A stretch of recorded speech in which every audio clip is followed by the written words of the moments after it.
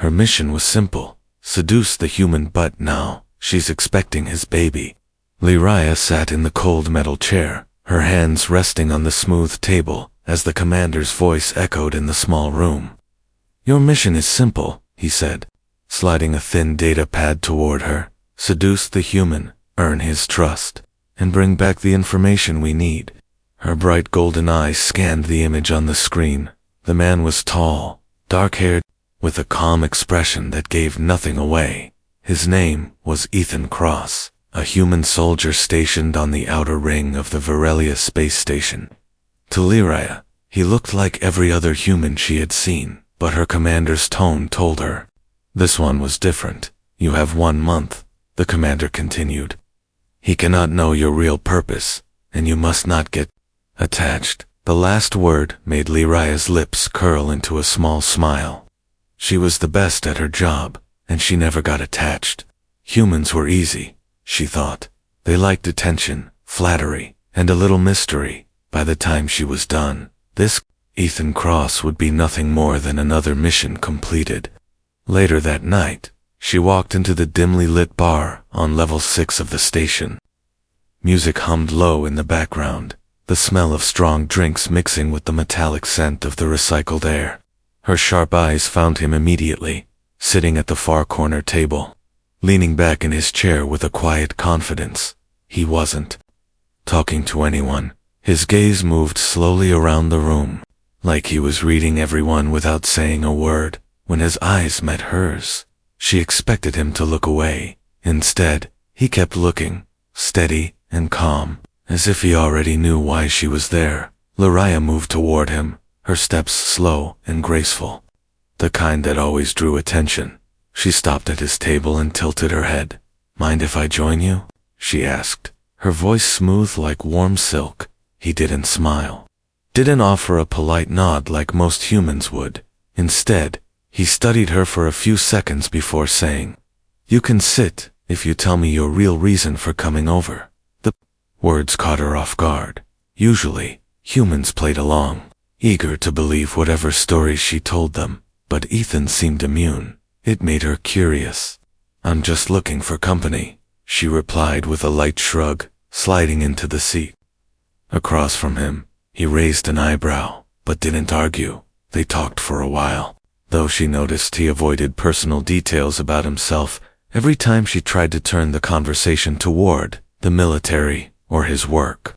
He steered it back to her. It felt strange. She was supposed to be the one in control, yet somehow, she was the one answering his questions. Then, without warning, the lights flickered and went out. The hum of the bar died, replaced by the low wail of the emergency alarm. The station's power had failed in the sudden darkness. Someone shouted, glasses broke, and people rushed for the exit. Ethan stood, grabbed her wrist, and pulled her toward the back. They pushed through the kitchen doors and into a narrow hallway. He opened a storage room and guided her inside. Closing the door behind them, the only light came from a small emergency glow strip on the wall. It painted his face in a soft blue. She could hear the faint sound of his breathing, steady and unhurried. Why bring me here? She asked, leaning back against a shelf. Because you're not from around here, he said simply, and in a blackout, strangers disappear. His words sent a small chill through her, not because she feared the danger, but because he saw through her so easily. They stayed in that small room for what felt like hours. Every now and then, voices passed in the hallway, hurried footsteps echoing in the darkness. Ethan didn't speak much, but when he did, his voice was calm, certain, like nothing could shake him. Liraya found herself watching the way the light caught in his eyes. This wasn't part of the mission, she told herself, yet her heartbeat felt different around him, not from fear, but from something she didn't want to name. Finally, the lights came back on. Ethan opened the door and stepped into the hallway. He glanced back at her, his expression unreadable. Be careful, Liraya, he said. Though she had never told him her name, she froze in place, her mind racing. He walked away without looking back, leaving her alone in the doorway. Her mission had just begun, but something told her This human wasn't going to be easy. For the first time in her career, Liraya felt unsure and a little afraid, not of failing the mission, but of what might happen if she didn't. Liraya told herself. She would not think about the way he had said her name, yet it stayed in her mind long after she returned to her quarters. The glow of the station's city lights outside her window blurred as her thoughts circled back to him. Ethan Cross, the man who was supposed to be her target, the man who looked at her as though he could see through every mask she wore. She had handled suspicious marks before, but this was different. There was no fear in his eyes, no hunger to impress her, only that steady, unreadable calm. The next day, she saw him again on the central promenade. He was carrying a supply crate over one shoulder with ease, moving through the crowd as if he owned the space. She could have approached him, could have slipped into his path with a smile. Instead, she followed at a distance, watching the way others greeted him, short nods, a few words, but no one lingered. He was respected, maybe even trusted, and that made him dangerous. Later, she chose a different tactic. She waited near the maintenance hub, pretending to study a malfunction report. When Ethan passed by, she stepped forward and asked for help with a stubborn hatch. He studied her for a moment, then set down the tools he carried and knelt beside the panel. His hands moved with practiced skill, the faint scent of metal and oil rising as he worked. He didn't speak until the hatch popped open. If you're going to pretend to work here, at least learn which tools match the job, he said, his mouth curving into the faintest hint of a smile. The words made her pulse jump, not from embarrassment, but because it felt like he was toying with her, turning the game she thought she was playing into something else entirely. She let herself laugh lightly, the sound smooth and practiced, but inside, she was unsettled. No one had ever made her feel like she was the one being studied. That night, a small disturbance broke out in the lower market level. The station's night cycle was in effect. Most lights dimmed when two off-duty miners cornered her near a storage lift. Their drunken words were sharp, their intentions clear. Liraya tensed, ready to defend herself, but before she could act, Ethan appeared. His steps were silent, his voice low, as he told them to leave. They hesitated, glancing between them, but the look in his eyes made them back away without another word. When they were gone, she realized he was still standing close, his presence warm in the cool air of the station. "You're not careful enough," he said quietly, and she caught herself staring at his lips as he spoke. He stepped back, leaving her with the faint scent of his uniform and the echo of his words. She could have walked away then, could have stayed on the safe side of the mission, but instead, she found herself wanting to know what lay behind that calm gaze. In her report to her superiors, she left out the encounter. She told them she was making progress, that the human was beginning to open up.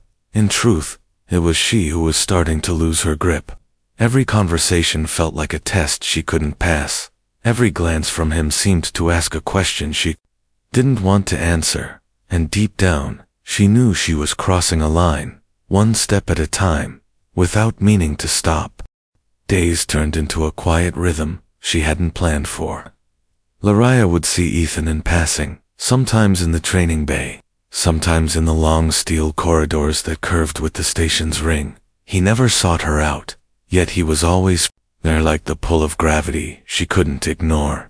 She told herself it was strategy, that staying close without pushing too hard would make him drop his guard. But in truth, she had started watching for him the way one waits for the first star to appear in the night sky. When he asked her to join him on a supply run to a remote outpost, she almost said no. Her instincts told her that leaving the safety of the station with him could shift the balance she'd been carefully holding. Yet the word yes left her lips before she could stop it. They traveled in a small cargo shuttle, the hum of its engines filling the silence between them. Outside the viewport, fields of drifting ice and distant suns rolled past. The mission inside her head, the real mission, felt smaller out here, far away from the voices that had given her orders. The outpost was nothing more than a cluster of steel buildings half buried in snow. The wind howled against the walls as they worked. unloading crates of medical supplies and food packs. Ethan moved with quiet efficiency, never wasting a step. When one of the crates jammed against the frozen ground, he took off his gloves and worked the latch with bare hands. Ignoring the biting cold, she noticed the scars across his knuckles, small pale lines that told stories he didn't share.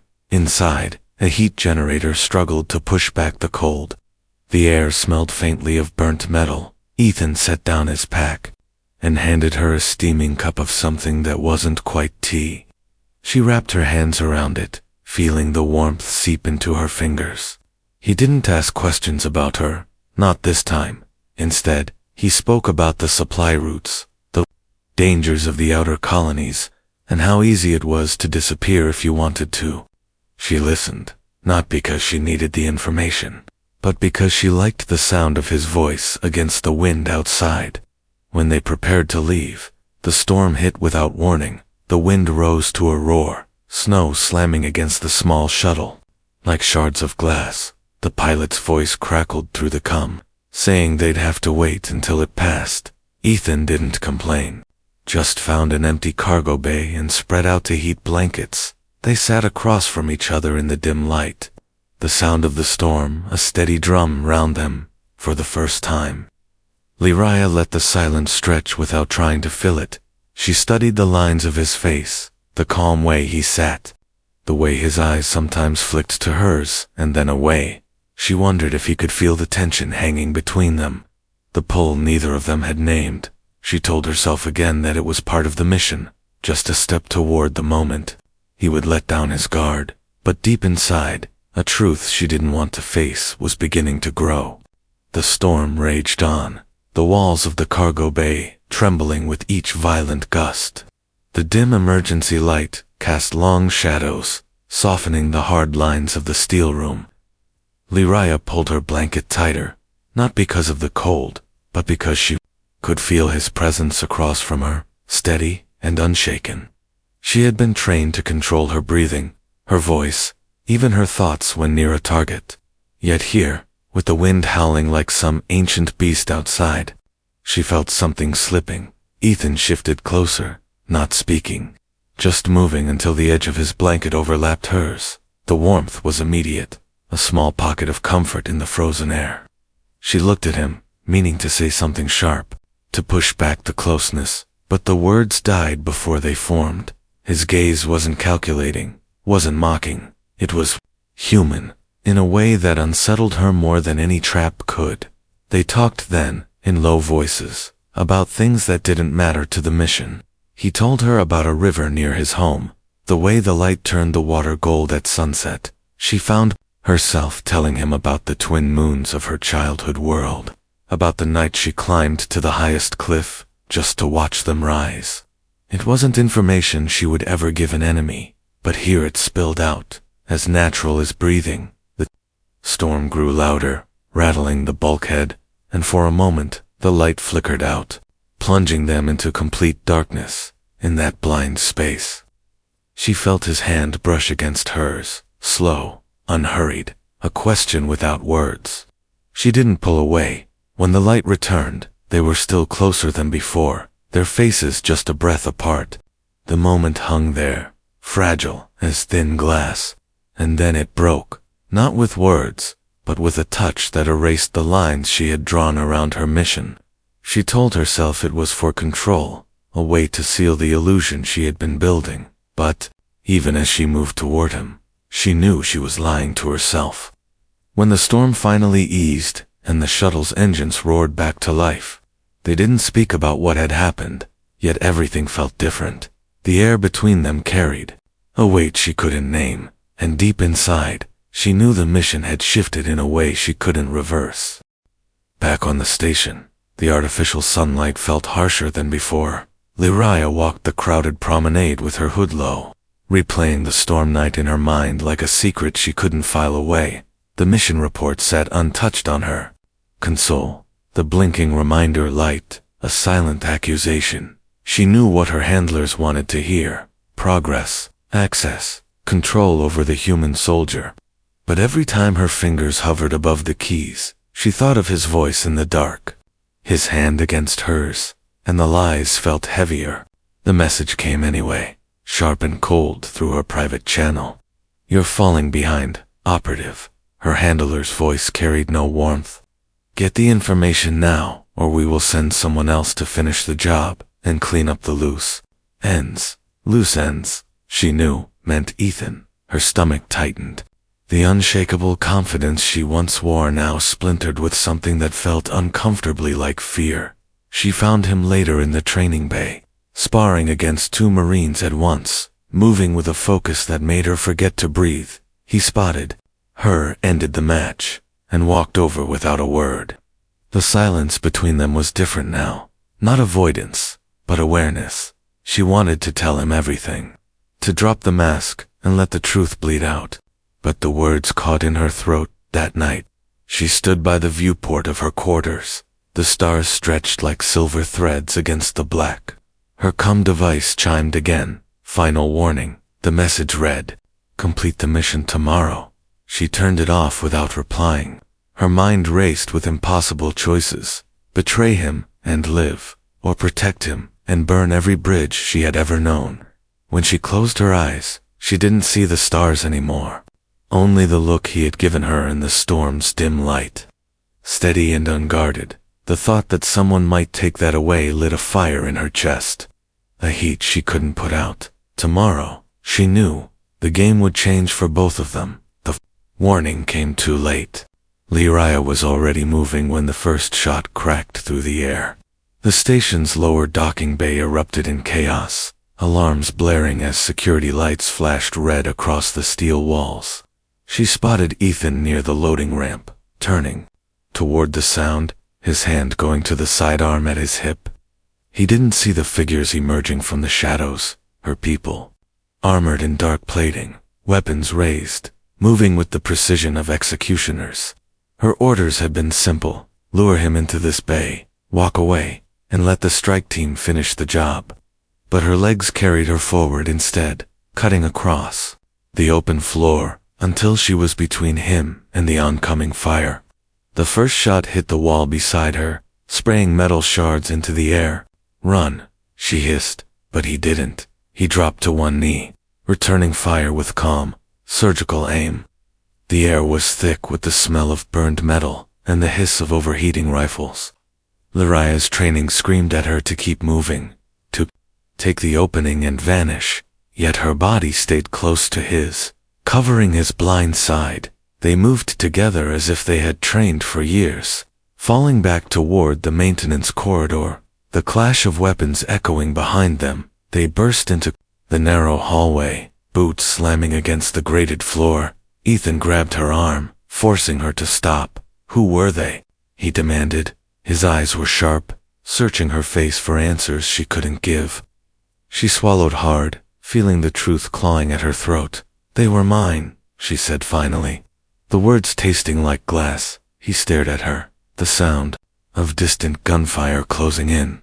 For a heartbeat she thought he would leave her there, but then he stepped past her, toward the junction door, his voice low but steady. "We'll talk later, if we live through this."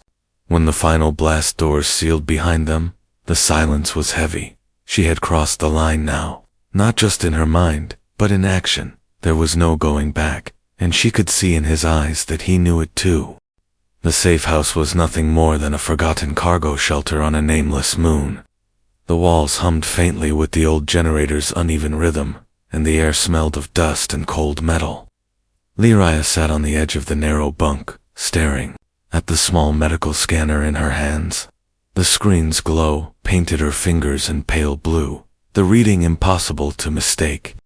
She had been feeling different for days, the faint dizziness, the warmth in her skin, the way her heartbeat seemed louder in her ears, but seeing the confirmation made it real.